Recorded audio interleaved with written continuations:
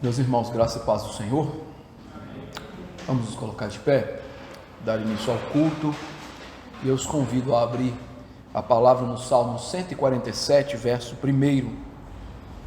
Nós vamos ler na nossa chamada de oração. Salmo 147, verso 1.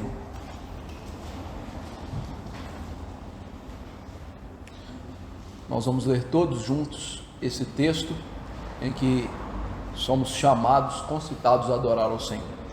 Salmo 147, verso 1. Leiamos todos juntos.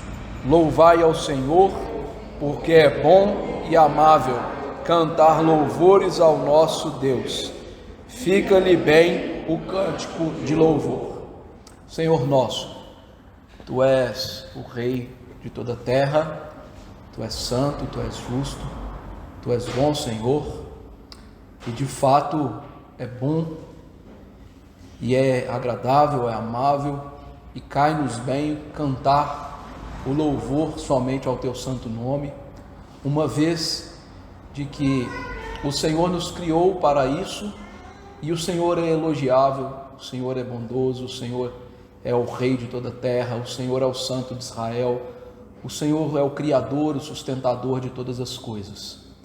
Nós Te bendizemos, ó Deus, porque o Senhor nos resgatou do império das trevas para podermos cultuar ao Senhor, louvar o Teu nome, bendizê-lo, e assim, num processo de santificação, ficarmos livres do pecado, para aquele bendito dia em que nós, justos, teremos a nossa vida como uma aurora perfeita.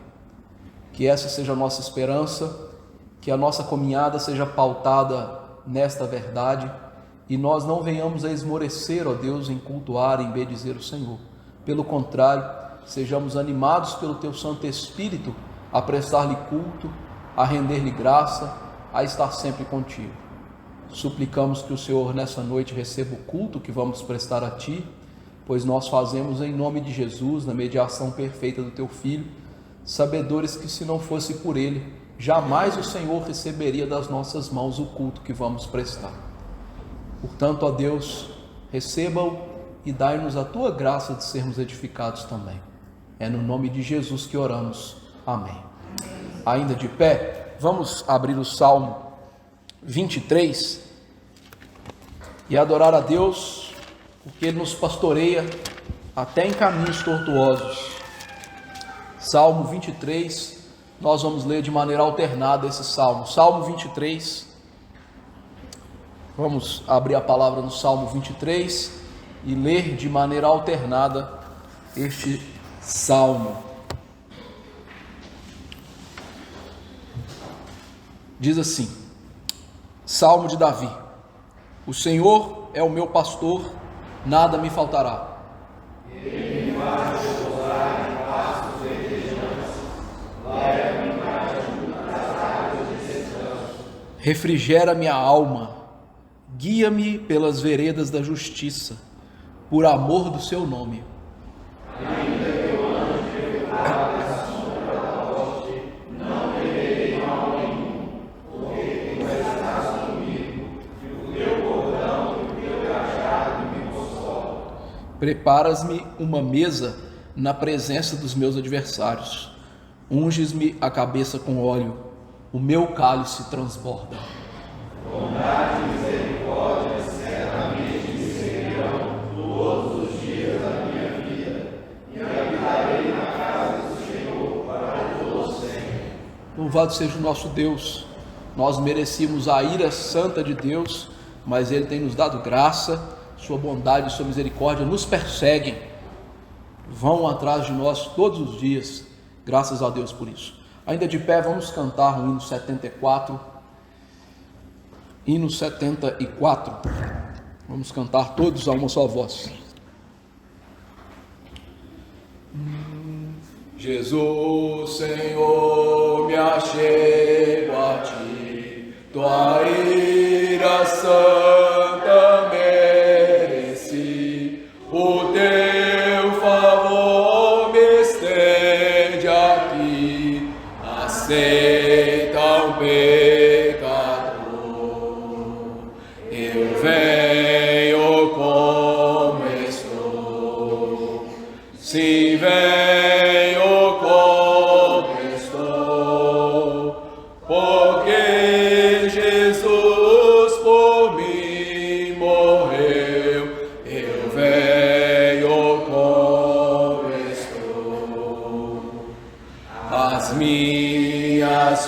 culpas grandes são, mas tu que não morreste em vão, me podes conceder perdão. Aceita o pecador. Eu venho como estou. Sim, venho como estou, porque Jesus por mim morreu. Eu venho como estou. Ó, vem agora, Salvador, livrar-me por teu grande amor, pois tu, Jesus, és meu Senhor. Aceita um pecador. Eu venho como estou. Sim, venho como estou, porque Jesus por mim morreu. Eu venho como estou. Desassentar, queridos irmãos, vamos confessar nossos pecados ao Senhor. Eu os convido a abrir a palavra em Ezequiel, capítulo 5.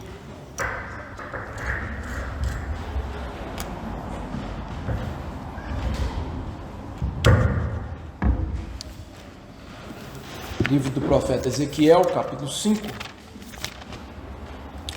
Eu farei a leitura de todo o capítulo e peço aos irmãos que acompanhem com muita atenção. Ezequiel, capítulo 5.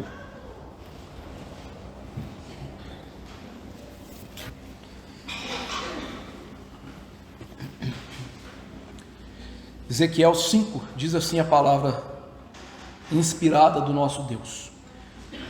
Tu, ó filho do homem, toma uma espada afiada, como navalha de barbeiro a tomarás, e a farás passar pela tua cabeça e pela tua barba. Tomarás uma balança de peso e repartirá os cabelos. Uma terça parte queimarás no meio da cidade, quando se cumprirem os dias do cerco. Tomarás outra terça parte e a ferirás com uma espada ao redor da cidade, e a outra terça parte espalharás ao vento. Desembainharei a espada atrás deles. Dessa terça parte tomarás uns poucos e os atarás nas abas da tua veste. Destes ainda tomará alguns e os lançarás no meio do fogo e os queimarás. Dali sairá um fogo contra toda a casa de Israel. Assim diz o Senhor Deus: esta é Jerusalém, pula no meio das nações e terras que estão ao redor dela. Ela, porém, se rebelou contra os meus juízos, praticando o mal mais do que as nações e transgredindo os meus estatutos mais do que as terras que estão ao redor dela, porque rejeitaram os meus juízos e não andaram nos meus estatutos. Portanto, assim diz o Senhor Deus: porque sois mais rebeldes do que as nações que estão ao vosso redor, e não tendes andado nos meus estatutos, nem cumprido os meus juízos, nem procedido segundo os direitos das nações ao redor de vós. Por isso, assim diz o Senhor Deus: eis que eu mesmo estou contra ti, e executarei juízos no meio de ti à vista das nações. Farei contigo o que nunca fiz e o que jamais farei, por causa de todas as tuas abominações. Portanto, os pais devorarão os seus filhos no meio de ti, e os filhos devorarão os seus pais. Executarei em ti juízos, e tudo o que restar de ti espalharei a todos os ventos. Portanto, tão certo como eu vivo, diz o Senhor Deus, pois que profanaste o meu santuário com todas as coisas detestáveis e com todas as tuas abominações, eu retirarei sem piedade os olhos de ti e não te pouparei.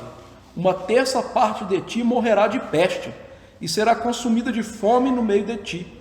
Outra terça parte cairá a espada em redor de ti, e outra terça parte espalharei a todos os ventos, e desembainharei a espada atrás dela. Assim se cumprirá a minha ira, e satisfarei neles o meu furor, e me consolarei. Saberão que eu, o Senhor, falei no meu zelo, quando cumprir neles o meu furor. Por-te-ei em desolação, e por objeto de opróbrio entre as nações que estão em redor de ti, à vista de todos os que passarem. Assim serás objeto de opróbrio e ludíbrio, de escarmento e espanto às nações que estão ao redor de ti, quando eu executar em ti juízos com ira e indignação, em furiosos castigos. Eu, o Senhor, falei. Quando eu despedir as malignas flechas da fome contra eles, flechas destruidoras, que eu enviarei para vos destruir, então aumentarei a fome sobre vós, e vos tirarei o sustento de pão. Enviarei sobre vós a fome, e bestas feras que desfilarão, a peste e o sangue passarão por ti, e trarei a espada sobre ti. Eu sou o Senhor, e falei. Esse terrível capítulo mostra os juízos temporários que cairiam sobre Israel por terem profanado o Senhor, o seu santo culto, a verdadeira religião, mostrando que Deus não brinca com o pecado. O pecado para Deus é algo sério, ao passo que ele faria isso com o seu próprio povo. Os mataria, os desfilharia, faria com que eles comessem uns aos outros para matar a sua fome. Ou seja, Deus não brinca com o pecado.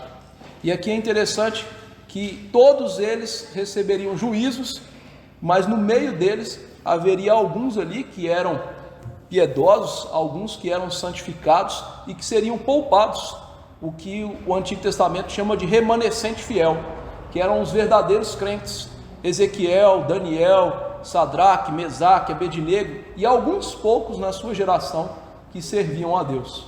Infelizmente, nós estamos vivendo numa geração que alguns poucos estão servindo a Deus de verdade. Por isso nós precisamos nos arrepender no pó e na cinza, suplicar graça a Deus, suplicar que Ele tenha misericórdia de cada um de nós. Vamos fazer isso em oração silenciosa, suplicar a Deus silenciosamente pelos nossos pecados, pedir que Ele tenha misericórdia das nossas vidas, porque nós merecemos a ira santa de Deus, como nós vimos aqui. E depois de alguns instantes, eu peço ao nosso irmão Éder que faça oração de confissão por todos nós.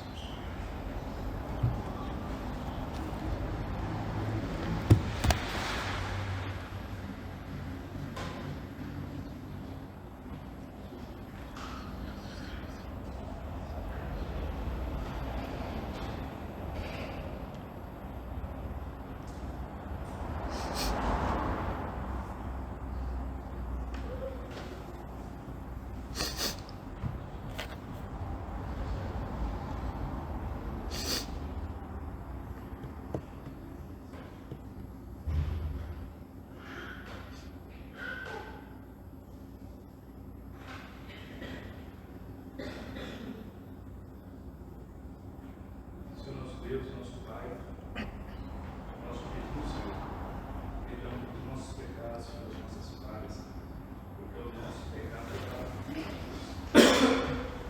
perdão, Senhor, por tudo que nós pensamos, por tudo que nós fazemos.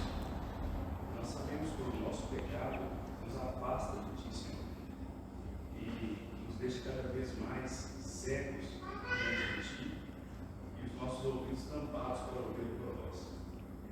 Tem misericórdia de nós, Deus, porque sabemos, muitas vezes nós queremos fazer com que, segundo a Tua palavra, segundo Teus ensinamentos, Teus passos, faz com que nós tenhamos importante somente nos pecados. Mas pedimos por intermédio do Teu Filho amado Jesus Cristo, Deus Criador, que restabeleça nosso convite em nome do Teu amado Jesus Cristo, nós pedimos. Amém. Vamos louvar a Deus pela sua santa disciplina na nossa vida? Abramos a palavra em Hebreus capítulo 12. Nós vamos ler de maneira alternada 4 a 17. 12, 4 a 17. Hebreus capítulo 12, verso 4 ao verso 17.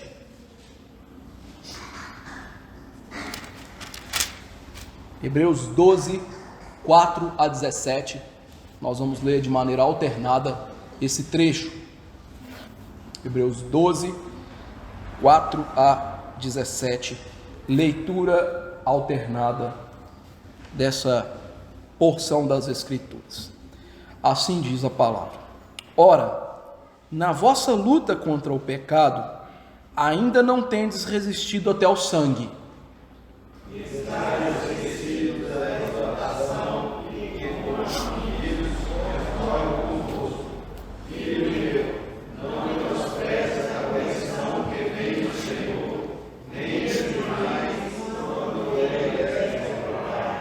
Porque o Senhor corrige a quem ama e açoita a todo filho a quem recebe.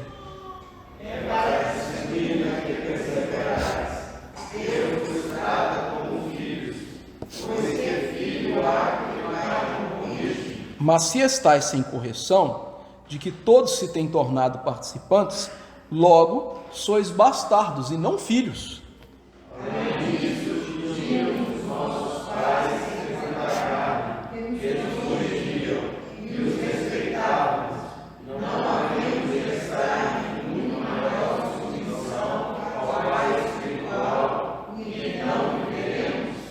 Pois eles nos corrigiam por pouco tempo, segundo melhor lhes parecia. Deus, porém, nos disciplina para aproveitamento, a fim de sermos participantes da sua santidade.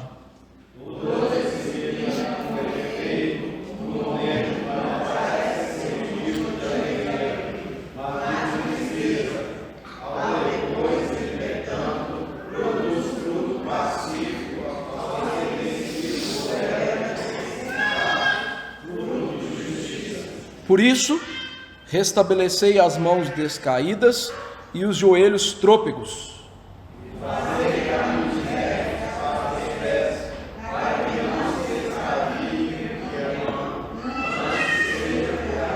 Segui a paz com todos e a santificação, sem a qual ninguém verá o Senhor.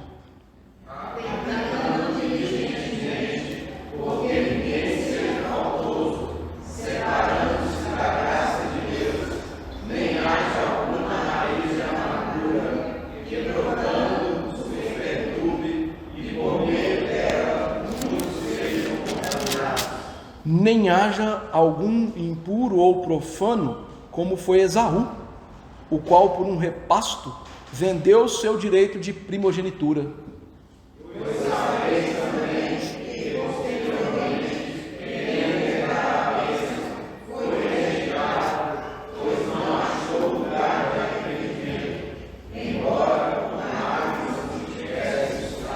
Louvado seja Deus que nos mostra que as lutas e provações da vida são disciplina de Deus para nós. E se somos disciplinados é porque somos filhos, porque os bastardos são deixados ao seu próprio prazer, são deixados a esmo para receberem o juízo final.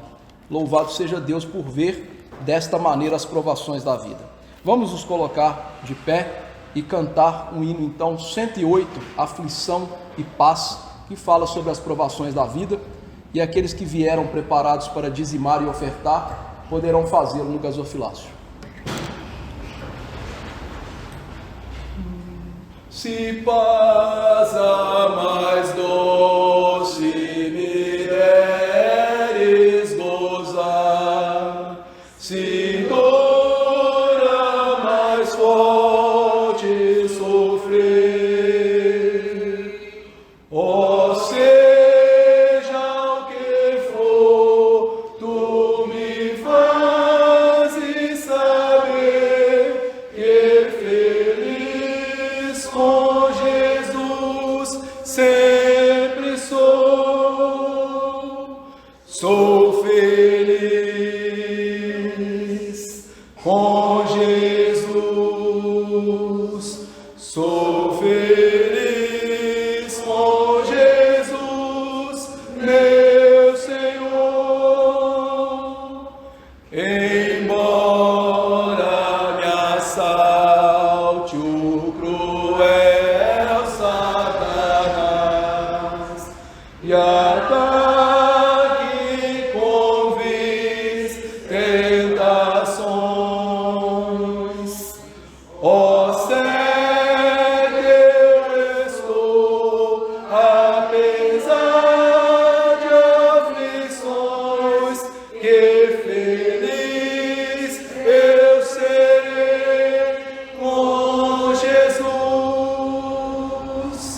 sou feliz com Jesus, sou feliz com Jesus, meu Senhor, meu triste pecado, oh meu Salvador, foi pago de um modo cabal. Valeu-me o Senhor, ó bezerro sem igual, sou feliz, graças dou a Jesus, sou feliz com Jesus, sou feliz com Jesus, meu Senhor. A vida eu anseio do meu Salvador, em breve virá me levar ao céu, onde eu vou para sempre morar com remidos na luz do Senhor. Sou feliz com Jesus, sou feliz com Jesus, meu Senhor.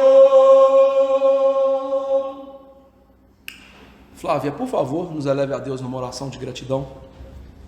Senhor, nosso Deus, nosso Pai, graças te damos por estarmos aqui, por podermos nos reunir, por sermos uma igreja que foi lavada e remida pelo teu sangue, por sermos filhos do Senhor. Oh Deus, muito obrigado, não só por esse dia que o Senhor separou para ti, e semanalmente nós estamos juntos para render graças a essa comunidade. Mas muito obrigado, Senhor, porque o Senhor nos perdoou os pecados, porque o Senhor nos livrou da morte eterna, que o Senhor nos trouxe para junto de ti, por meio do Filho do teu amor. Deus, muito obrigado, que somos filhos do Senhor, porque fomos feitos e justificados pelo Senhor. Graças te damos, oh Deus, que o Senhor possa falar aos nossos corações, a sua palavra é santa e é bendita. Oh Deus, e graças te damos também por ela, porque ela é o centro do nosso culto, através dela o Senhor fala aos nossos corações, e isso nos é muito precioso. Deus, fala conosco, em nome de Jesus. Amém. Amém. Podeis assentar, queridos irmãos, nós vamos abrir a palavra do Senhor no livro do profeta Zacarias, capítulo 13. Nós vamos encerrar esse capítulo hoje com a graça do Senhor Jesus. Zacarias 13, 7 a 9.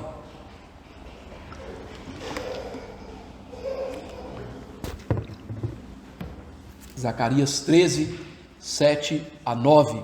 Peço aos irmãos que acompanhem a leitura, sejam atentos e sejam atentos também na oração e na exposição da palavra.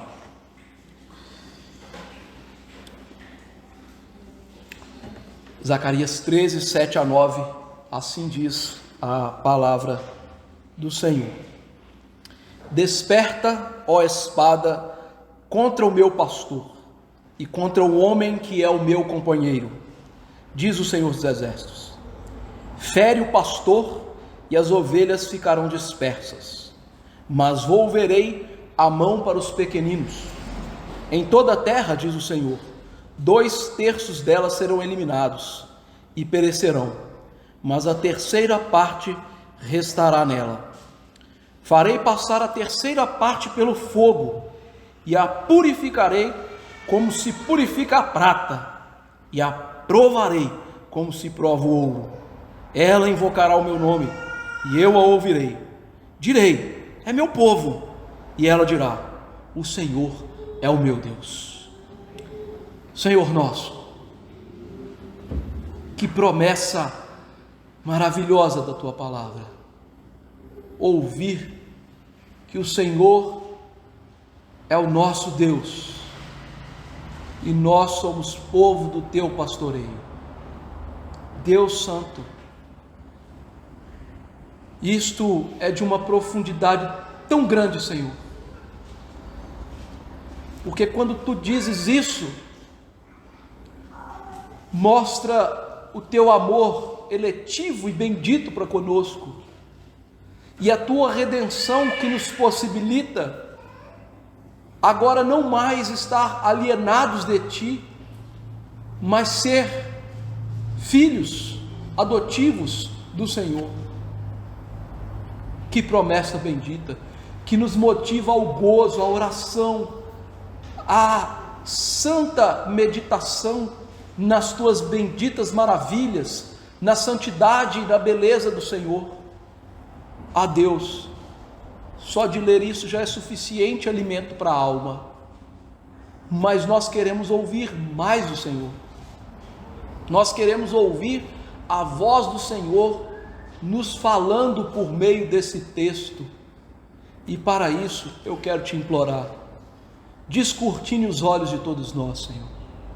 Não permita que vejamos como os judeus hipócritas e endurecidos, em que o véu está sobre os olhos deles. Não, retira o véu dos nossos olhos, para que não somente ao lermos Moisés, ou seja, a lei, os profetas, o evangelho, as cartas e toda a literatura bíblica, nós vejamos a tua glória face a face no rosto bendito e revelador do teu Filho. Para que, ó Deus, sejamos transformados de glória em glória, Senhor, para que possa raiar em nós a luz da salvação. Senhor, para isso perdoe os nossos pecados. Talvez tenhamos entrado aqui com o coração perturbado, com as mentes distantes, com, ó Deus, com o sentimento de somente fazer algo porque somos obrigados a fazer. Mas tira isso de nós e nos dê prazer agora em ouvir a tua palavra, como o salmista sentia nela o destilar dos favos do mel mais doce e precioso desse mundo. Que o nosso coração encontre deleite em ti, Senhor. Que nesse momento o Senhor me dê sabedoria e fidelidade para pregar, mas dê aos meus irmãos também fidelidade em ouvir a palavra do Senhor. E que toda essa atividade santa de culto, e sobretudo a pregação, que é, ó Deus, o culto por excelência nessa vida, seja para a honra e glória do Senhor. Que todos nós aqui hoje tenhamos o mesmo sentimento que houve no teu santo profeta, primo do nosso Senhor, João Batista, o precursor. Convém que ele cresça e nós, cada vez mais, venhamos a diminuir na frente do teu Filho. Fique conosco, edifica a tua igreja, não só aqui, mas nos demais lugares onde ela está reunida para ouvir a tua palavra. Em nome de Jesus, amém. Amém. Queridos irmãos, até aqui no capítulo 13, nós vimos que Deus abriria, por meio do seu Filho, uma fonte eterna, uma fonte inesgotável de perdão. Vimos depois que através dessa fonte de perdão, ele também daria santificação ao seu povo, removendo deles os ídolos do coração, que concorrem em relação à verdadeira adoração a Deus, ou seja, a verdadeira religião. Depois vimos que esta ação de Deus brotariam dois resultados. O primeiro deles, que era um zelo pela verdadeira religião, junto com um verdadeiro arrependimento para a vida. O verso 3 nos fala daquele versículo tão terrível, tão incisivo, que o nosso zelo seria tão grande que nós até mataríamos os nossos filhos. Claro, não falando no sentido literal, mas mostrando que o zelo pela religião ultrapassaria o amor aos filhos, ao marido, à esposa, à família, aos bens, às coisas desse mundo. O verso 4 e 5 mostraram que aqueles que são assim são os verdadeiros arrependidos, através do exemplo dos falsos profetas que deixaram o engano para trabalhar com as suas vocações da terra, servindo a Deus em obediência. Estes versos até aqui mostram essa realidade bendita, salvífica e disciplinadora da igreja, no sentido de que Deus traz disciplina à sua santa igreja no meio da piedade. E a última sessão que nós vimos, o verso 6, mostrava o lado obscuro, que era o lado que não haveria um verdadeiro arrependimento. Nós vimos que aqueles falsos profetas mentiram, dizendo que eles haviam se arrependido, que eles agora teriam um caminho correto. No entanto, eles estavam mentindo, dividindo então essa ação perdoadora e santificadora de Deus em dois grupos: aqueles que são salvos, eleitos, santificados por Deus, e aqueles que são hipócritas, que são ímpios, que rejeitam a palavra de Deus, seja dentro da igreja ou fora dela. Mas para que tudo isso aconteça, é preciso acontecer algo. Deus precisa fazer algo. Isso não pode ser feito pelo ser humano. E esses 3 versos hoje aqui vão mostrar o que é preciso para ter salvação na igreja, verdadeiro arrependimento na igreja, verdadeira mudança de vida na igreja. O profeta nos ensina que para isso é preciso que o pastor de Deus seja ferido, trazendo a salvação e a santificação. Santificação que ocorre no fogo da aflição. Então, o pastor, ele é ferido trazendo salvação e santificação, mas essa santificação ocorre no fogo da aflição. Vamos ver estas verdades. O verso 7, que é o primeiro ponto do nosso sermão, mostra a realidade do pastor de Deus que é ferido. Diz aí: desperto a espada contra o meu pastor e contra o homem que é o meu companheiro, o meu amigo íntimo. Como é possível Deus perdoar pecados? Como é possível Deus santificar pessoas que são impuras pela sua natureza pecaminosa? Como é possível Deus abrir uma fonte em que haja perdão e santificação? Não é possível sem que Deus faça algo tão drástico e tão sublime quanto ao que está sendo narrado aqui. Para ter uma fonte de perdão, para ter uma fonte de santificação, para haver uma mudança de vida no povo de Deus, é preciso matar alguém, é preciso matar o pastor divino. Veja que o verso 7 tem uma mudança abrupta em tudo, ou seja, é como se você estivesse assistindo um programa de televisão, e quem é mais antigo vai lembrar, né, daquele Globo Repórter, não o programa, mas quando surgia alguma notícia urgente, aí vinha aquela musiquinha, pam, pam, pam, pam, pam, pam, pam, pam, pam. Todo mundo já parava e falava assim: nossa, já vem alguma coisa. O texto é como se estivesse quebrando o ritmo desta maneira, dando destaque à mensagem, mostrando que tudo aquilo dependia da ação de Deus, uma ação de Deus que resguardaria a sua justiça, mas também traria justiça ao seu povo. Para que Deus traga justificação ao seu povo, perdão de pecados e santificação, e gerasse no povo um arrependimento verdadeiro, alguém tinha que morrer. Afinal, Deus ensina esta verdade em todo o Antigo Testamento. É curioso o fato, queridos irmãos, que quando Adão e Eva pecam, eles fazem para si folhas como cintas, como vestes, para tapar a sua nudez, tentando eles mesmos resolverem o pecado com as suas ações, com as suas obras. Veja que a autossalvação não é algo que começou hoje, é algo que começou no Éden, tão logo o homem caiu. No entanto, quando Deus lhes ensina o Evangelho, lhes mostra que alguém deveria morrer, logo em seguida Deus executa o primeiro sacrifício expiatório da humanidade. em que ele mata um animal e faz ele mesmo roupas de peles para aqueles homens pecadores, mostrando que o perdão de pecados, a salvação, a santificação é algo que Deus faz, Deus toma a iniciativa. E aqui o texto está salientando essa verdade. Para que tudo isso aconteça em prol dos eleitos de Deus, é preciso que Deus tome a iniciativa. E Deus toma a iniciativa aqui, não somente através de um pastor que é rejeitado pelo povo, como nós vimos no capítulo 11, o bom pastor rejeitado, mas de um pastor que precisa ser rejeitado e morto. Esse pastor também é descrito no capítulo 12 como aquele que foi traspassado pelo sopro de morte do próprio povo, ou seja, o próprio povo de Deus mataria esse pastor.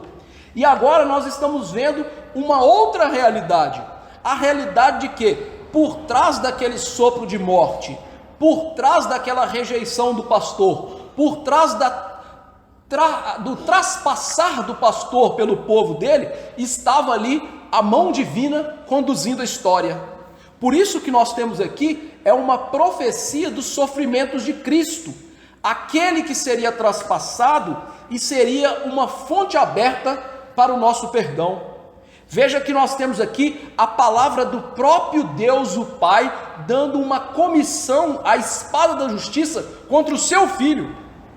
Quando seu filho se entregasse pela morte, quando seu filho desse a sua alma para o seu povo, ali Deus estaria ferindo o seu próprio filho, matando através dos iníquos o seu próprio filho. Por isso, queridos irmãos, quando muitas vezes nós estamos sofrendo, nós começamos na nossa mente, nos distrair em relação à doutrina, nós começamos a condenar Deus de injustiça, e muitas vezes pessoas condenam Deus de injustiça por levar pessoas ou escolher pessoas para o inferno. Mas essas pessoas esquecem-se que Deus enviou o seu Filho para a morte, para preservar a sua justiça e nos salvar. Porque, em primeiro lugar, Deus não poderia perdoar pecados se não fosse através de um sacrifício expiatório, de um sacrifício remidor, de um sacrifício que satisfizesse a sua justiça. Deus não podia literalmente salvar pessoas se ele não pagasse a dívida por ele mesmo. E aqui Deus faz isso num ato de doação daquilo que lhe é mais precioso, o seu filho eleito, o seu filho perfeito, um filho que não é pecador, mas ele faz isso por amor a pecadores.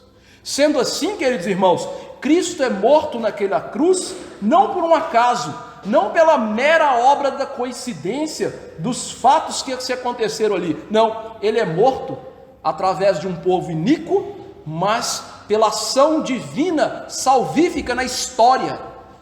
Assim, Pedro disse em Atos 2, 22 e 23, varões israelitas, atendei a essas palavras.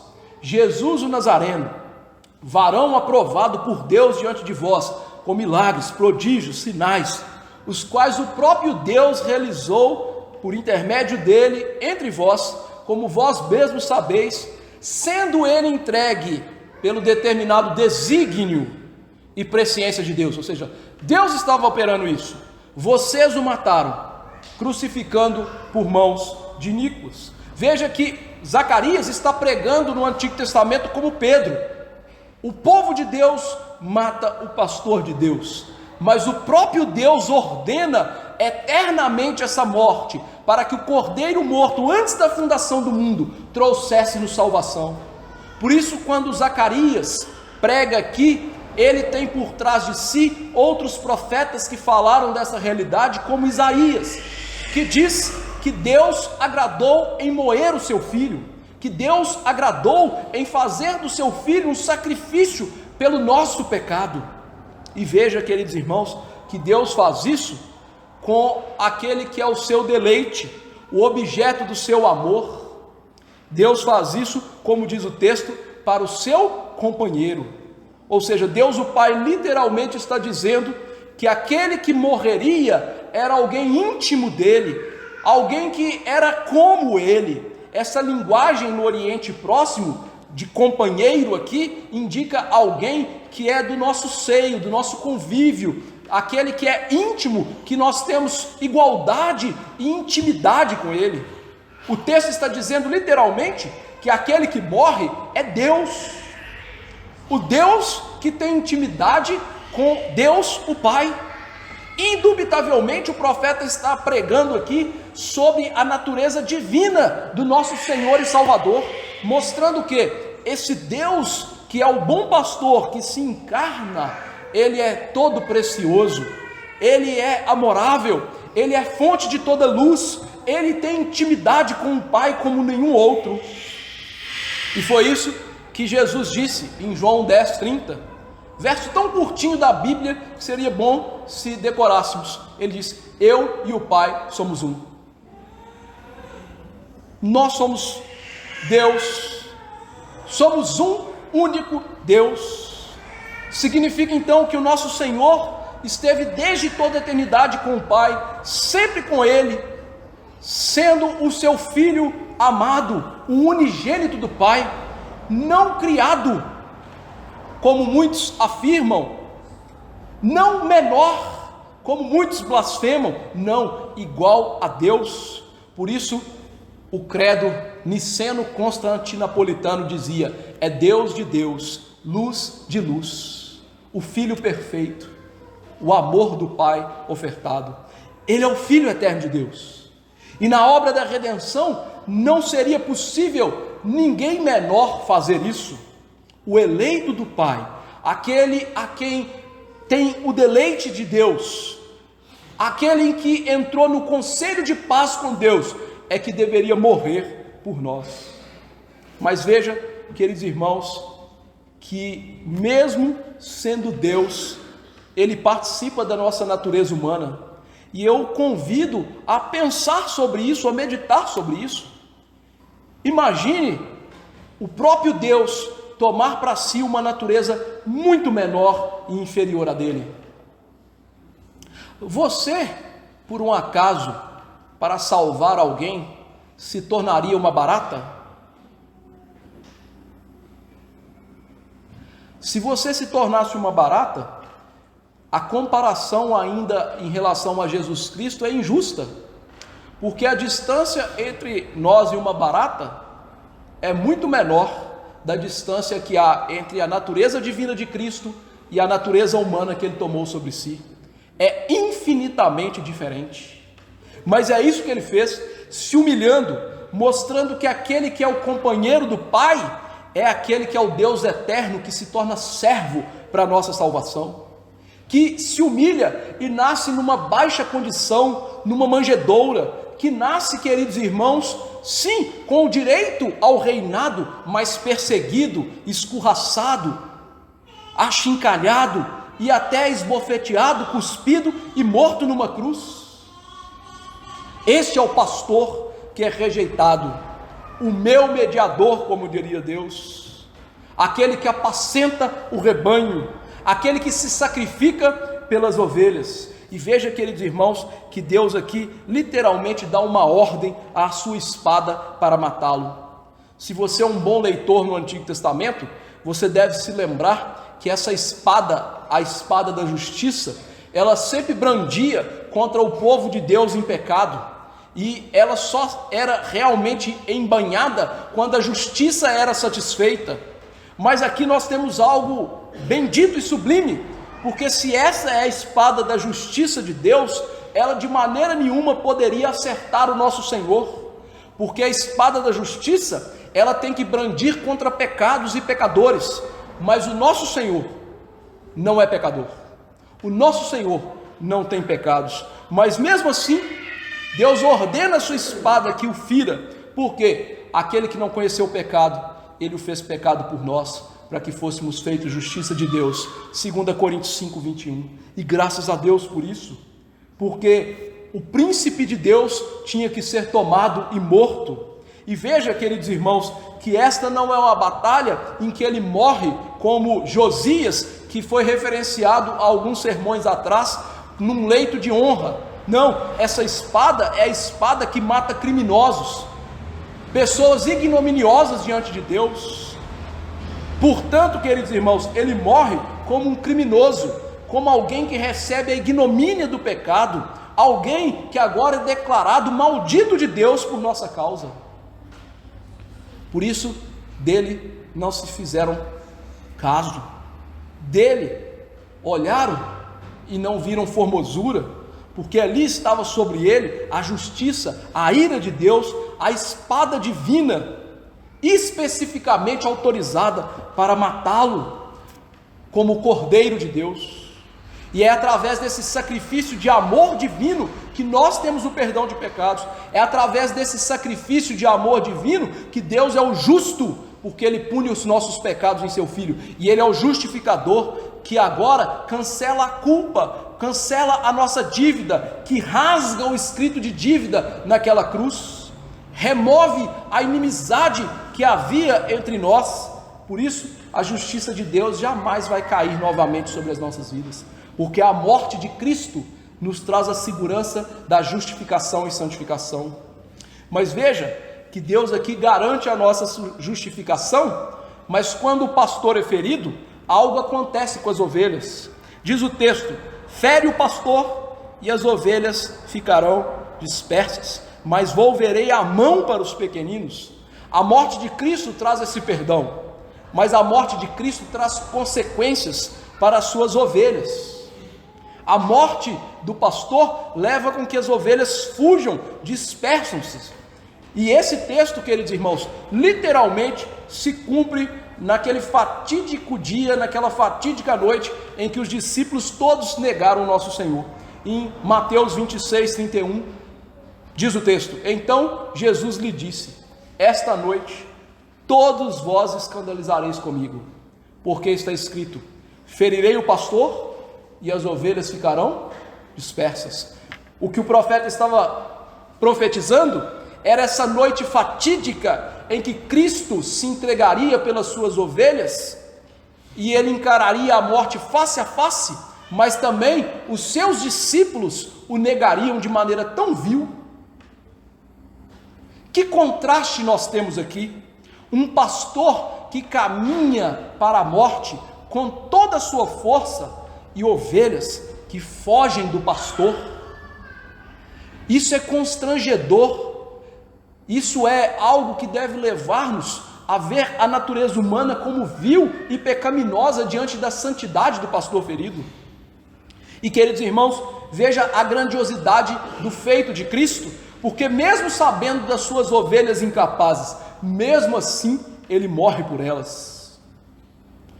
Se você fosse general de um exército e você soubesse que a sua tropa o abandonaria na hora mais renhida da batalha, você pegaria a sua espada, pegaria sua baioneta, pegaria sua bazuca, que quer que seja a arma, e iria para a guerra? Você sabia disso.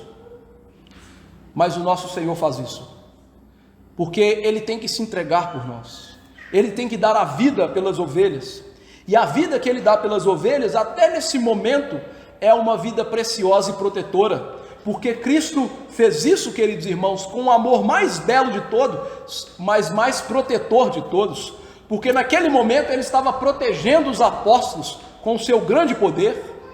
Horas antes, Pedro havia dito que não o negaria, e ele disse: eu roguei por vocês, eu pedi a Deus por vocês. Ou seja, eles não se perderiam, porque Ele voltaria a sua mão para os pequeninos. Esse voltar a mão para os pequeninos não é um voltar a mão de juízo contrário a eles, mas é uma expressão hebraica de favor. Ou seja, naquele momento calamitoso, Deus, através do seu Filho, seguraria os seus pequeninos. Por isso, esta é uma promessa que foi relatada pelos anjos. Lembrem-se, Jesus disse que vai à frente de vocês para Galileia. Vão até Ele na Galileia. O que está acontecendo aqui? Jesus ensina lá em João 18, 8 e 9. Então Jesus disse: já vos declareis que sou eu. Se é a mim que buscais, deixai ir estes, ou seja, meus pequeninos, minhas ovelhas, para se cumprir a palavra: não perdi nenhum dos que me deste. Ou seja, o Senhor está morrendo pelas suas ovelhas, mas Ele está protegendo as suas ovelhas. Ele os livra de serem presos, mortos, destruídos, naquele momento das trevas, do poder da morte. Embora aqueles soldados pequenos, dispersos, estivessem fugindo, Cristo os arrebanharia, Cristo estava cuidando deles, os recuperaria. Então, irmãos, o que nós estamos vendo aqui é que a morte de Cristo traria perseguição para o seu povo, mas no meio da perseguição, Cristo estaria com o seu povo, com as suas ovelhas. Isso acontece primeiro na vida dos apóstolos, mas aconteceria mais adiante na vida de toda a igreja. Cristo estava com o seu povo, com a sua igreja. Atos 8, verso 1 diz: naquele dia levantou-se grande perseguição contra a igreja em Jerusalém, e todos, exceto os apóstolos, foram dispersos pelas regiões da Judéia e Samaria. Ou seja, o que nós estamos vendo aqui é que o sofrimento da perseguição viria sobre a igreja, mas nessa perseguição, nesse sofrimento atroz, a igreja estaria sob o cuidado de Cristo, o zelo de Cristo. E é nesse zelo e cuidado e lutas e provações que Cristo limparia a sua igreja. Ou seja, santificação do povo de Deus não é alcançada sem provação, sem oposição, sem lutas nessa vida. A nossa santificação, queridos irmãos, acontece em meio ao que os teólogos chamam de sofrimento piedoso. O que é o sofrimento piedoso? O sofrimento piedoso é quando você está sofrendo, mesmo vivendo em piedade, e não está colhendo o fruto dos seus pecados. Vou dar exemplos para que você tenha isso em mente. Imagine que um de nós seja pego em adultério, seu cônjuge separe, e além de se separar, uma boa divisão de bens ocorre. Além disso, o acesso às crianças fica agora dificultado. Essa pessoa está vivendo um sofrimento piedoso? É óbvio que não. Ou seja, ela atraiu sobre si todo esse sofrimento através do seu pecado. Quem mandou ela adulterar? Ela devia ter ouvido a palavra: não adulterarás. Então ela está trazendo sobre si ela mesma os seus males. Mas o sofrimento piedoso é aquele em que sofremos sem uma consequência direta dos nossos pecados, mesmo que estejamos produzindo bons frutos. E é esse sofrimento que está em vista aqui e que Deus usa para a nossa santificação. Sofrimento que é ordenado por Deus em todos os tempos. Isaías 1:25 diz: voltarei a mão contra ti, purificar-te-ei como potassa das tuas escórias, tirarei todo o metal impuro de vocês. Ou seja, Deus enviaria sofrimentos aos seus servos, mesmo que eles estivessem vivendo em piedade, em santidade, para que, através do sofrimento, Ele tirasse deles os pecados que ainda estavam alojados. Os exemplos bíblicos desses, por exemplo, nós temos Jó, que estava vivendo uma vida reta, íntegra, desviando do mal, e Deus lhe trouxe meses de sofrimento para que ele conhecesse ao Senhor. Davi, quando foi perseguido por Saul, vivia em integridade, mas mesmo assim foi perseguido duramente. Moisés, quando deixou o Egito, estava em integridade buscando a salvação do povo de Deus, mas teve que passar 40 anos no deserto, sofrendo para poder então se tornar o libertador do povo de Deus. Perceba que é esse sofrimento em que Deus vem com a sua mão protetora, graciosa e santificadora, nos tirando os pecados alojados no coração. Por isso Paulo podia dizer: todas as coisas cooperam para o bem daqueles que amam a Deus. Ou seja, Deus luta conosco, Deus está conosco, sua boa mão está conduzindo as coisas, mas essa boa mão onipotente muitas vezes traz lutas e provações, traz sofrimentos para nos limpar, nos transformar, nos santificar. Mas a boa notícia é a boa mão de Deus que faz isso, significando que Ele não nos dá além daquilo que podemos aguentar, para não desmaiar em nós mesmos, na nossa fé frágil e pequenina. A boa mão de Deus disciplinadora. Verso 8 e 9, nós vamos ver que essa santificação vai se dar assim, nesse sofrimento, na aflição. As ovelhas agora vão ser santificadas. O verso 8 e 9, na verdade, são uma explicação disso.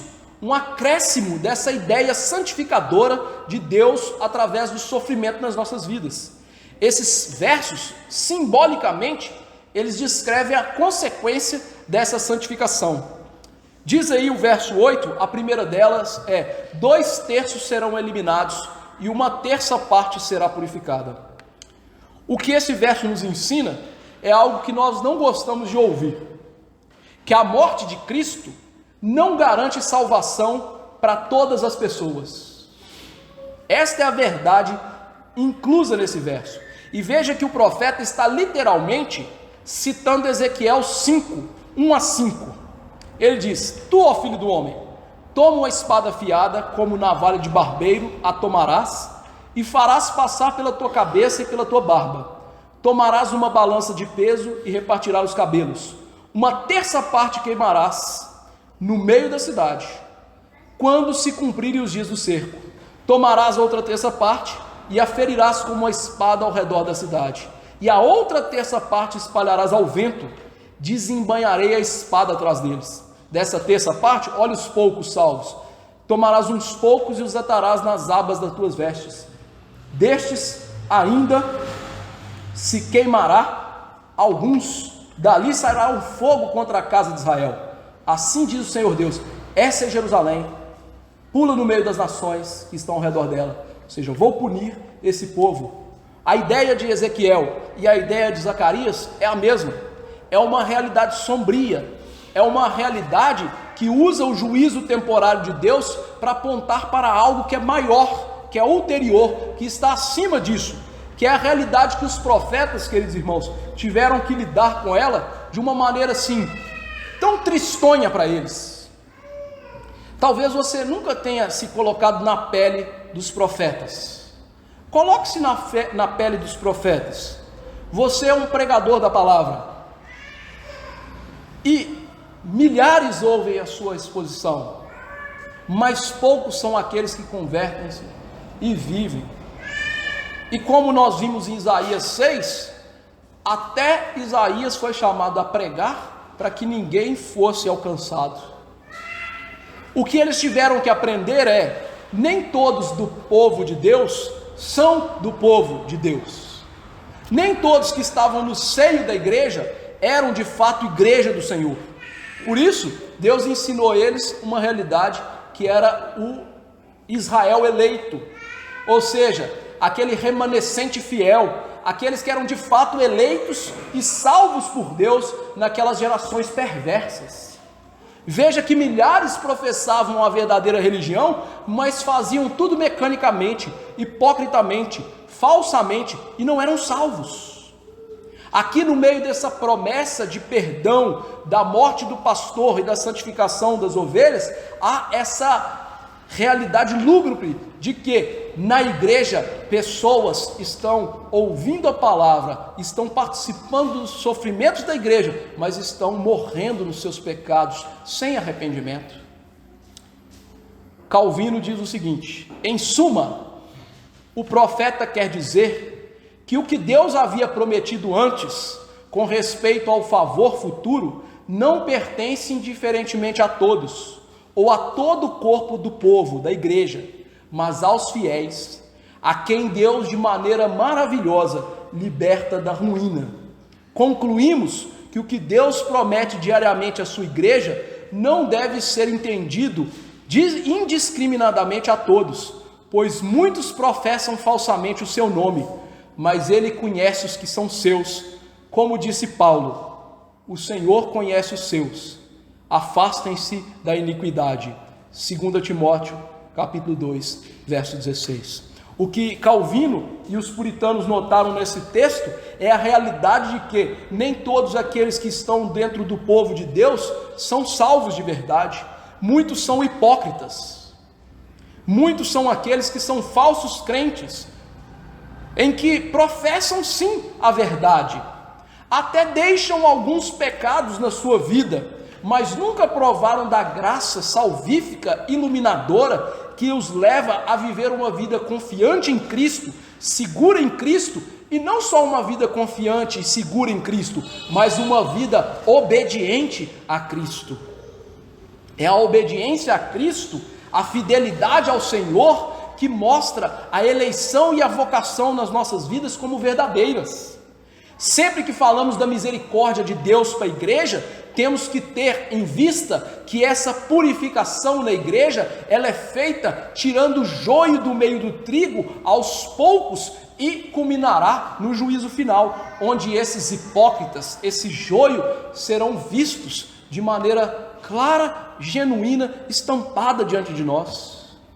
Deus não está prometendo o livramento da destruição para todos. Ele está prometendo o livramento para aqueles que se achegam ao reino de Cristo, para aqueles que amam a Jesus, para aqueles que dispõem a sua vida e o fator norteador da sua vida é o Senhor e Salvador das suas vidas. Ou seja, eles não vivem como se estivessem entranhados neste mundo, presos a esta era, mas eles vivem pensando na glória, vivendo para Cristo, norteando sua vida e todas as suas áreas pela palavra de Deus.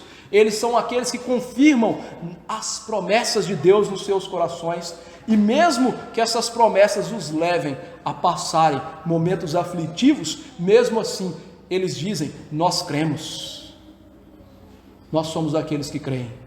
Como disse o salmista: ainda que estivesse sobremodo aflito, eu criei.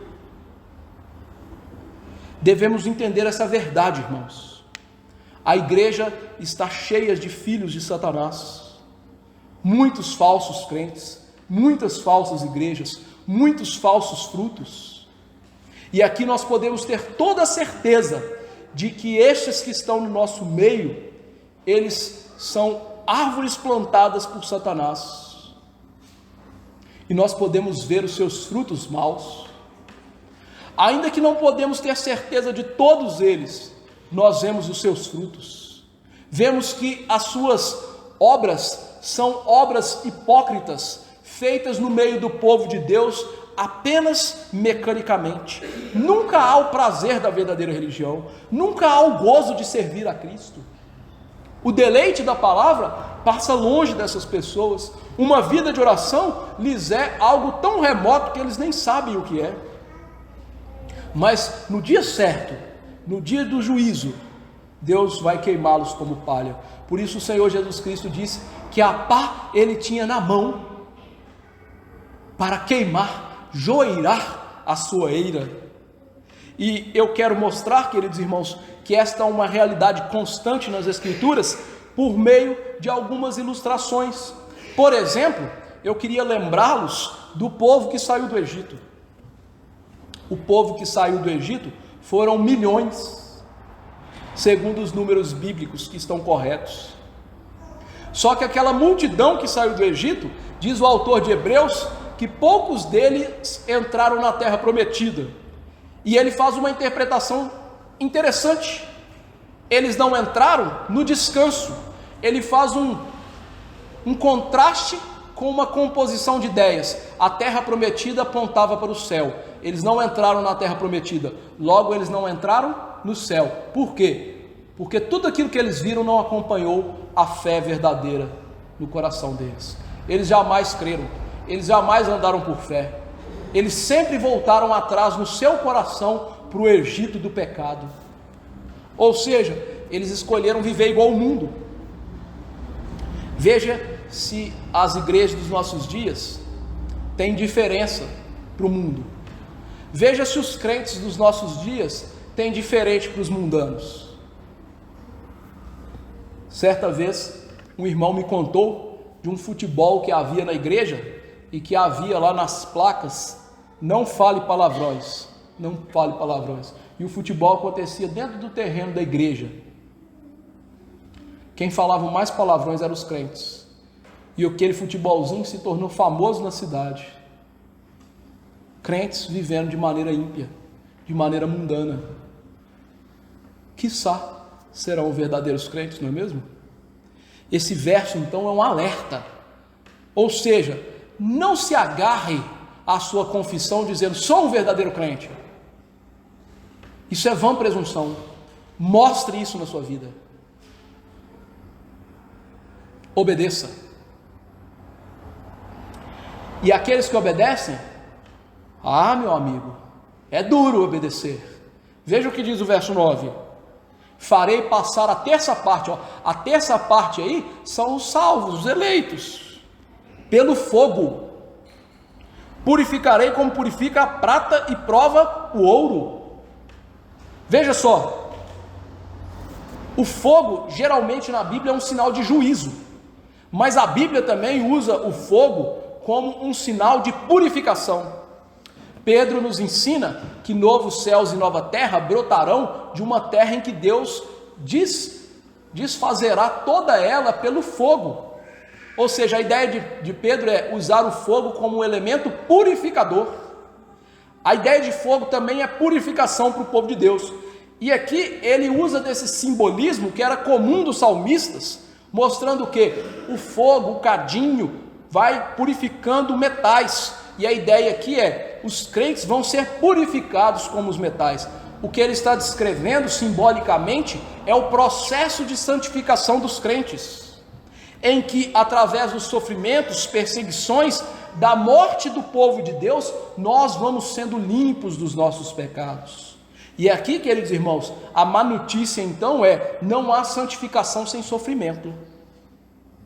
Quer entrar no céu? Vai ter que sofrer. Vai ter que cortar um dobrado. Por isso Jesus chama esse caminho de caminho estreito. Ou seja, o caminho estreito é difícil. É um caminho reto para os pés que leva à salvação? Sim, mas é um caminho estreito. Ou seja, entrar no céu, ser salvo de verdade, requer santificação. E essa santificação vai acontecer com Deus trazendo durezas nas nossas vidas. Por isso, em primeiro lugar, nesse texto aqui, no verso, nós temos as nossas provações. Depois nós vamos ver os nossos triunfos, mas as nossas provações são duríssimas, como um metal que é purificado pelo fogo. Veja que esse texto se cumpre em primeiro lugar na igreja primitiva. Pedro faz alusão, não citação desse texto. Ele diz: amados, não estranheis o fogo ardente que surge no meio de vós. Fogo ardente, destinado a provar-vos, como se alguma coisa extraordinária vos estivesse acontecendo. Ou seja, gente, vocês estão achando que é extraordinário sofrer pelo Evangelho? Isso é bobo, é simples, isso é uma coisa comum.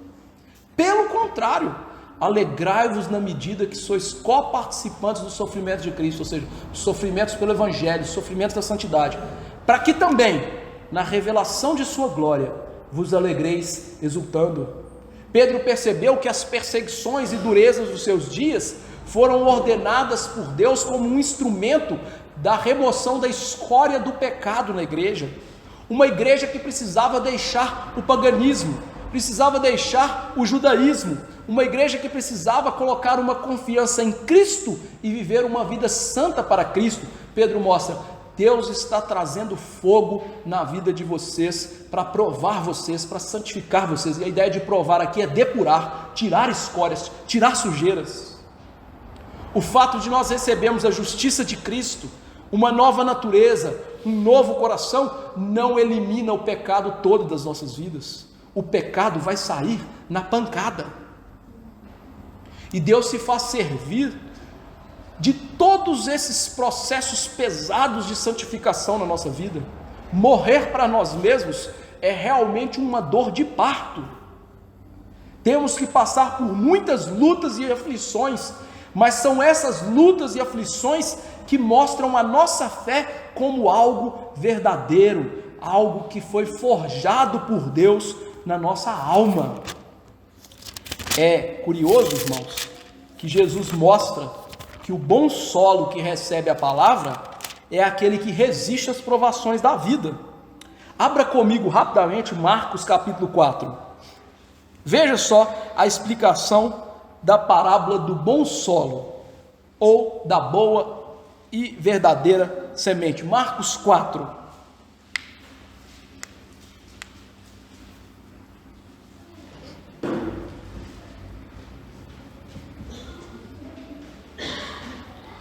No verso 16 e 17 ele diz: semelhantemente, são estes os semeados em solo rochoso, os quais, ouvindo a palavra, logo a recebem com alegria, mas eles não têm raiz em si mesmos, sendo antes de pouca duração, em lhes chegando a angústia ou perseguição por causa da palavra, logo se escandalizam. Escandaliza é deixar o seio da igreja, o corpo místico do Senhor.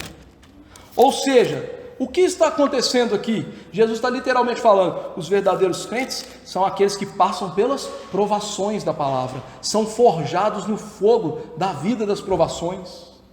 A mesma coisa que aqui Zacarias está mostrando, os verdadeiros crentes, eles vão passar pelas lutas, eles vão passar pelas provações, eles têm que passar pelas privações do mundo para serem purificados e mostrar que a fé deles é uma fé verdadeira. Afinal, foi assim que Deus fez com Abraão.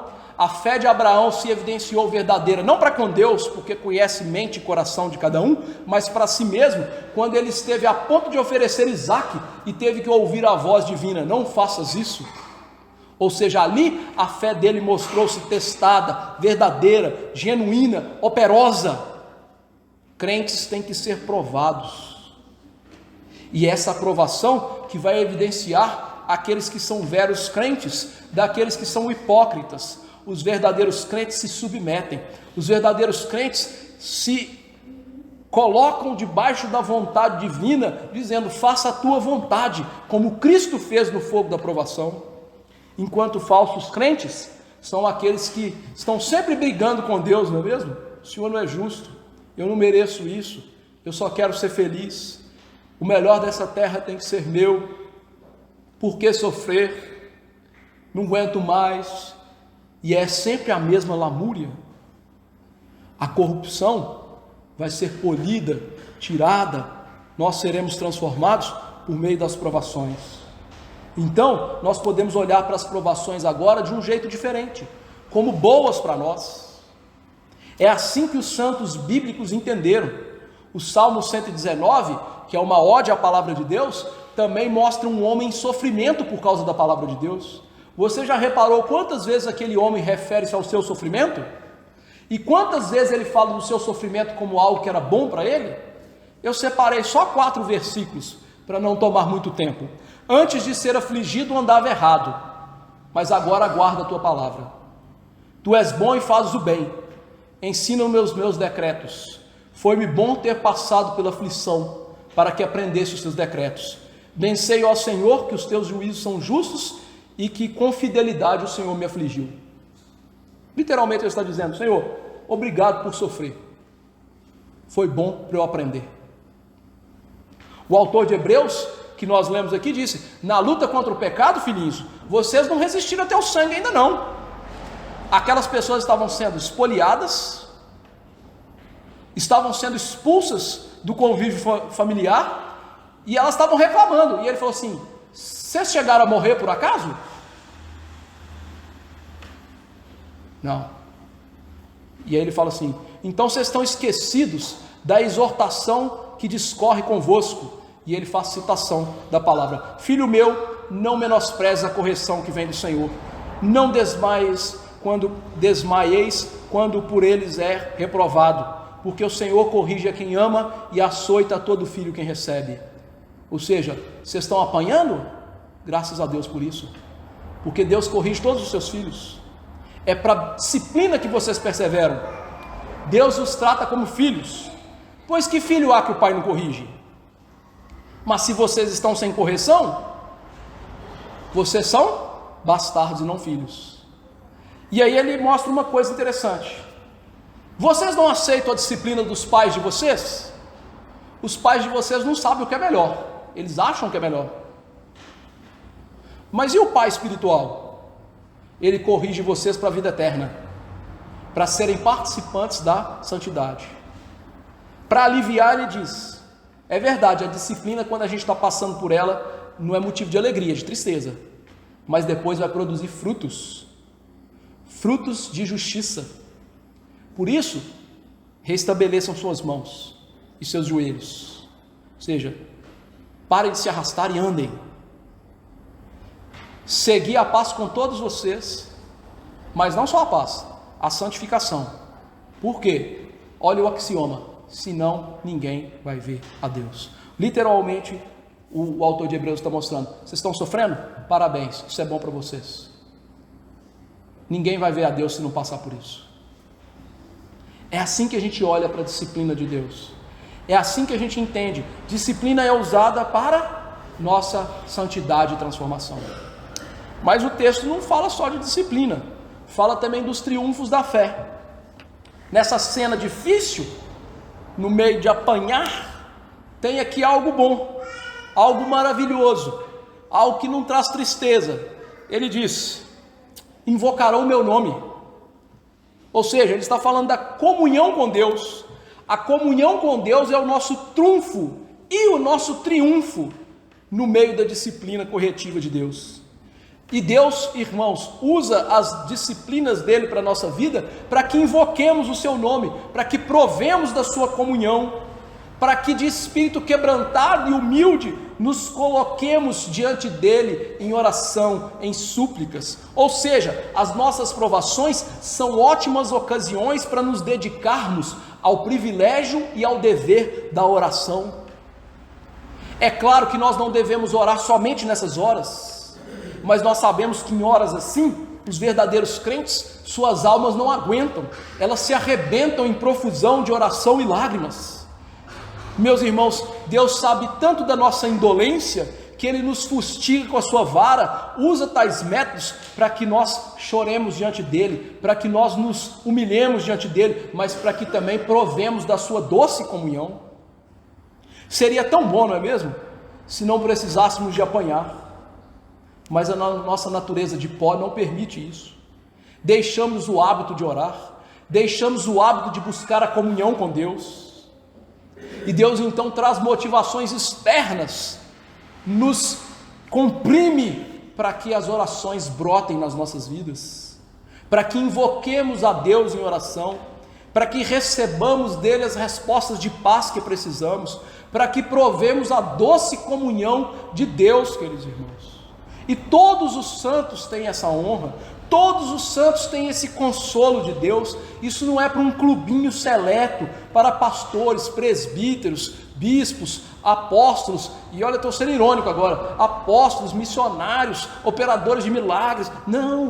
Não há pessoas especiais, só há um lugar especial e um Deus especial, com a sua graça especial, esperando os pecadores que Ele mesmo deu a sua vida para receberem consolo.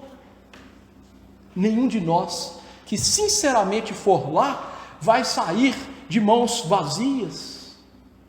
Ainda que não recebamos o que pedimos, vamos sair consolados, em paz. Seremos ouvidos pelo Rei do Universo, acalentados pelo Pai das luzes, numa fonte que nunca cessa. Veja que triunfo sobre as provações, veja que coisa bendita é provar isso. E Deus está lá até para ouvir as tristes confissões, até mesmo os lamúrios da nossa vida. O segundo triunfo que nós temos aqui é a maior promessa. É a maior das promessas. Qual foi a maior promessa que alguém já te fez?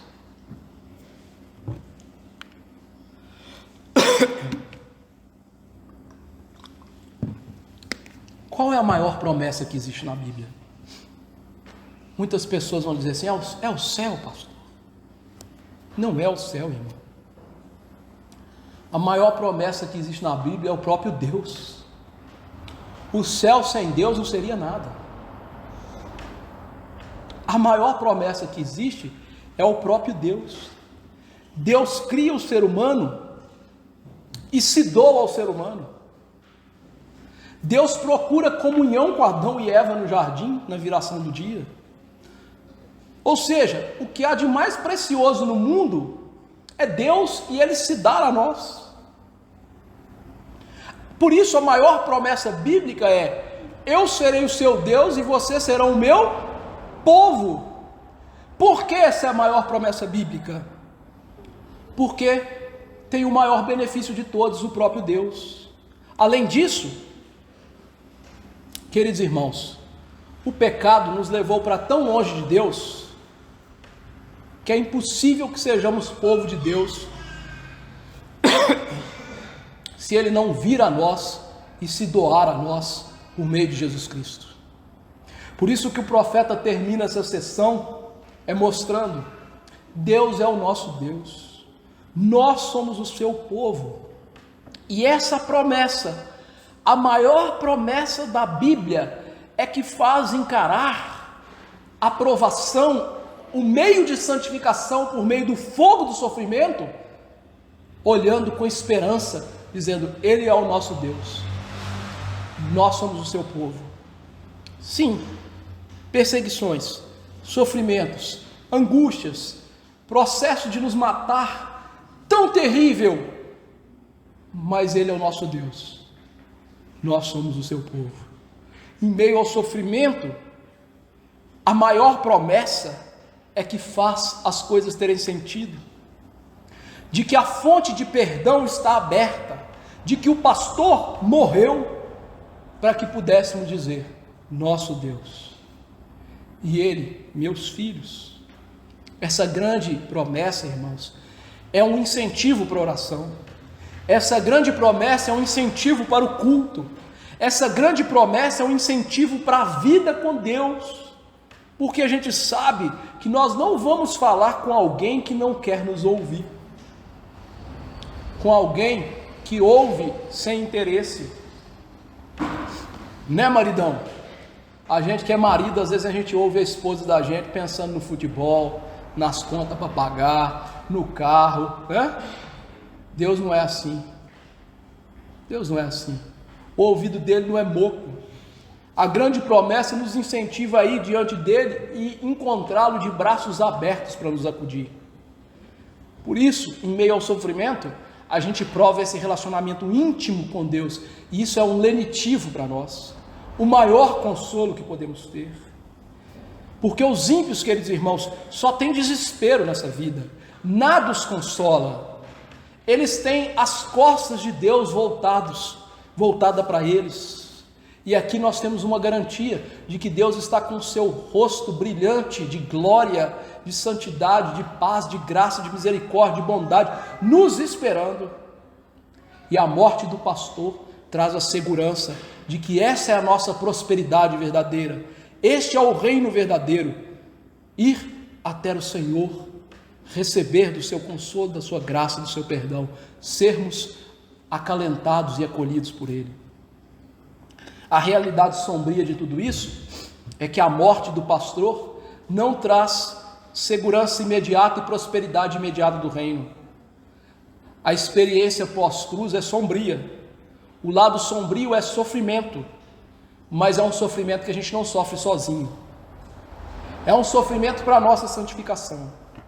É um sofrimento que o salmista escreveu sobre ele lá no Antigo Testamento: ainda que eu ande pelo vale da sombra da morte, não temerei mal nenhum, porque tu estás comigo, o teu bordão e o teu cajado me consolam. Preparas-me uma mesa na presença dos meus adversários, não é dos amiguinhos não. Unges-me a cabeça com óleo, o meu cálice transborda. Bondade e misericórdia certamente me seguirão todos os dias da minha vida. E o final? Habitarei na casa do Senhor para todo. Vou passar pela provação, mas o final é habitar na casa de Deus, com Deus para todo sempre. Como viver esse texto? Em primeiro lugar, como encarar o sofrimento da vida? Em primeiro lugar, lembre-se que Jesus, Deus homem, sofreu por você. Lembre-se que o próprio Deus Filho morreu por nós. Ao fazer isso, você vai olhar para Deus de maneira mais respeitosa e para o seu sofrimento de maneira mais humilde. Deus não é um sádico que está aqui para fazer mal para você.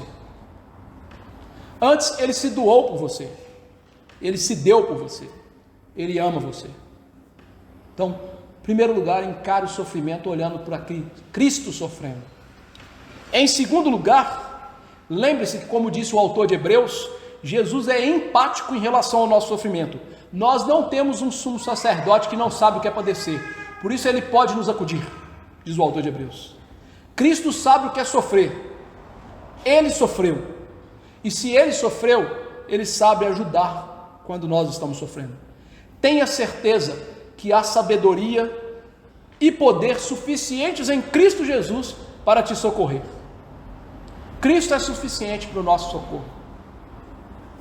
Em terceiro lugar, seu sofrimento tem que te levar para mais perto de Deus. Use todo o sofrimento que você está passando para estar mais perto de Deus. Não foi isso que Jó aprendeu lá no capítulo 42? Eu só conheci o Senhor de ouvir falar, Senhor. Agora os meus olhos te veem. Ou seja, todo o sofrimento o levou para mais próximo de Deus. Em quarto lugar, sofrimento na nossa vida tem propósito. Nós não sofremos a esmo, nós não sofremos vendidos ao acaso, ao destino, à sorte, não. O nosso sofrimento, Deus ordena, decreta, controla, para nos fazer parecidos com Jesus. Jesus disse que o reino é assim, é tomar a cruz. Se é tomar a cruz, o sofrimento da cruz, não a cruz vicária dele, mas da cruz de nos matar, nos nossos ídolos, é que nos faz mais parecidos com Jesus. Quinto lugar, em relação ao sofrimento, o seu sofrimento vai acabar. Paulo diz que a glória a ser revelada é incomparavelmente maior do que essa provação temporária que a gente passa.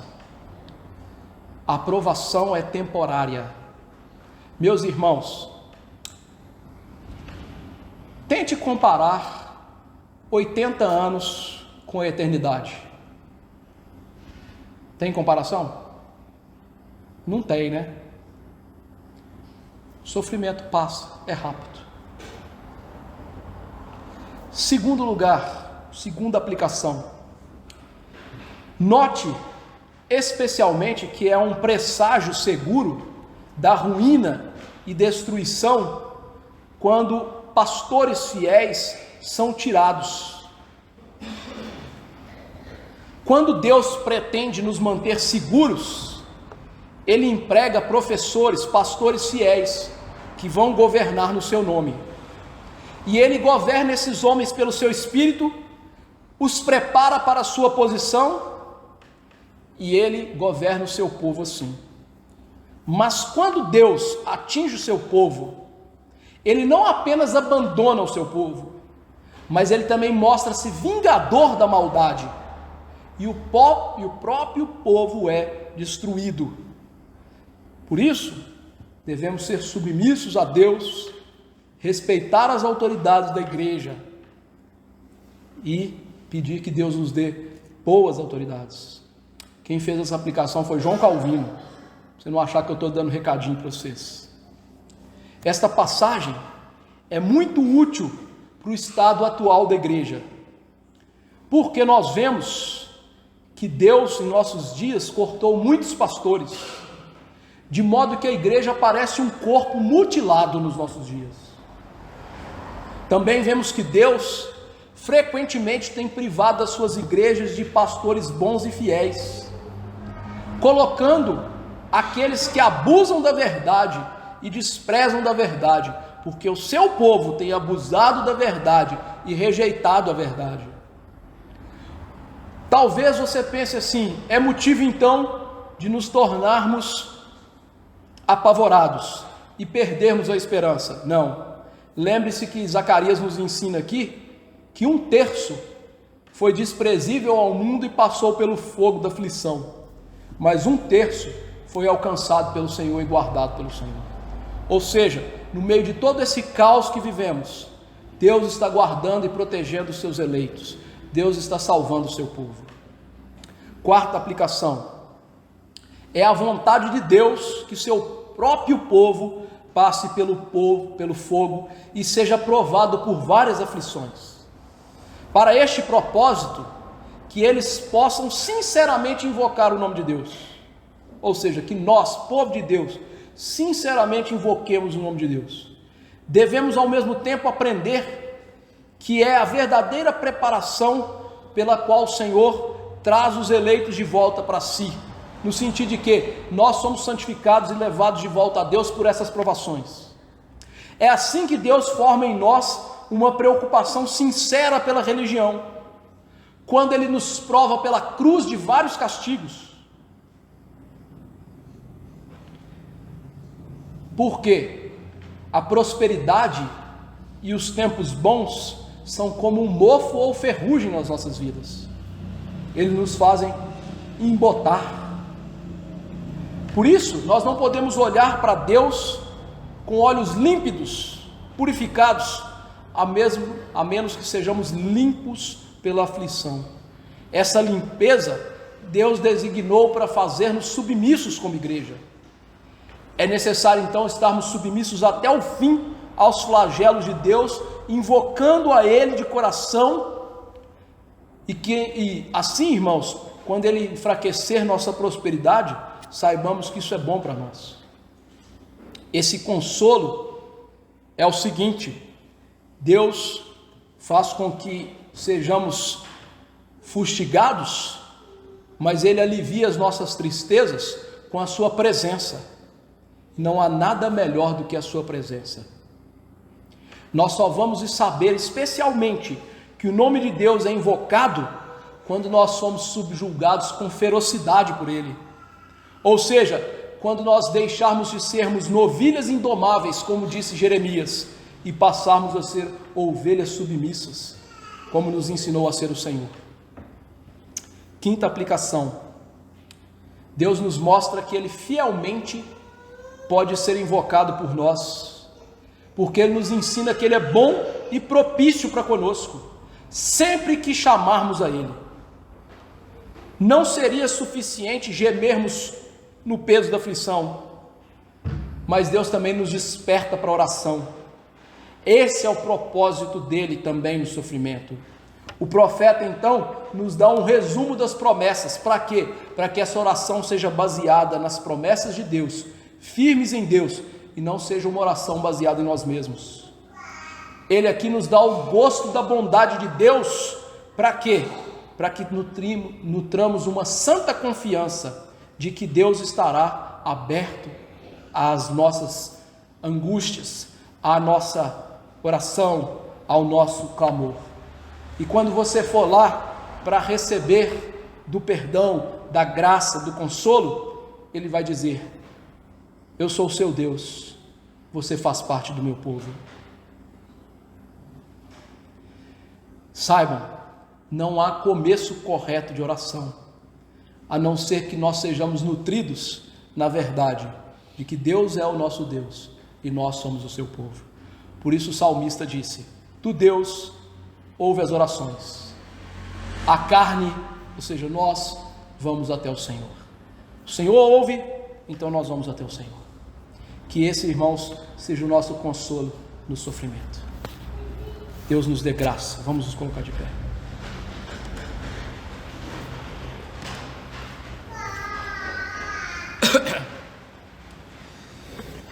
Senhor Deus Todo-Poderoso, Pai Celeste maravilhoso, graças te damos, porque de fato o Senhor é o nosso Deus, e nós somos teu povo, ó Deus, povo do teu pastoreio, criados por ti mesmo, separados por ti mesmo, e nutridos por ti mesmo. Ó Deus, eu quero te agradecer por todas as lutas e provações que temos na igreja, na família, no trabalho, nos relacionamentos. Graças te damos. O Senhor nos fustiga com a sua vara, sim, louvado seja por isso, porque sem isso não haveria santificação na nossa vida. Nós somos, ó Deus, tão indolentes, tão tardos e necios de coração, que nós não temos vontade própria de nos aproximar de Ti com santa devoção apenas quando o Senhor nos fustiga. Ó Deus, nós confessamos que a nossa religiosidade muitas vezes é vazia, destituída de fervor. Confessamos que muitas vezes esquecemos das tuas promessas benditas e valemos em nós mesmos, na força do nosso braço. Confessamos também que muitos sofrimentos da nossa vida são por causa do nosso pecado, nós mesmos nos atraímos a nós. E peço-te que o Senhor tenha misericórdia para que o nosso sofrimento seja piedoso, que nós deixemos de sofrer como malfeitores para sofrer como aqueles que estão vivendo integridade, como vimos o caso de Jó, de Davi, de Daniel, de Moisés, de Jesus, dos apóstolos e muitos servos do passado. Nossa geração, ó Deus, infelizmente, são poucos os piedosos e poucos os que sofrem pela sua piedade. Mas eu creio, ainda que sobremodo aflito por essa angustiosa situação presente, eu creio que no trono da tua graça há poder e favor suficiente para avivar a tua obra no decorrer dos anos. E é isso que eu imploro. Aviva na vida de cada um de nós a tua obra, e aviva no coração da nossa igreja, e aviva no coração do teu povo. Senhor, tire de nós a displicência para a tua palavra, tire de nós, ó Deus, a mornidão espiritual, porque o Senhor está pronto a vomitar muitos do teu corpo. Tenha misericórdia das nossas vidas, e nesse tempo presente, faça, ó Deus, uma obra nova de arrependimento, de reforma e de avivamento nas nossas igrejas. Se o Senhor não fizer, é uma terça parte, não é mesmo? Não no sentido literal, Senhor, mas é um remanescente fiel. Que nós estejamos no meio desse remanescente, clamando a tua graça, nos satisfazendo no fato de Cristo ter morrido por nós, satisfazendo no fato de que a provação produz perseverança, que essa perseverança produz, ó Deus, no fim a vida eterna. Nos dê essa graça, Senhor. E eu te imploro, escuta essa nossa oração. Tu, Deus, nosso Pai, nós somos teu povo. Escuta-nos, em nome de Jesus. Amém. Que a graça do Senhor Jesus Cristo, o amor de Deus, o nosso bendito Pai, e a comunhão e consolação do Espírito estejam com os eleitos do Senhor, hoje e para sempre. Amém. Deixa eu sentar, queridos irmãos.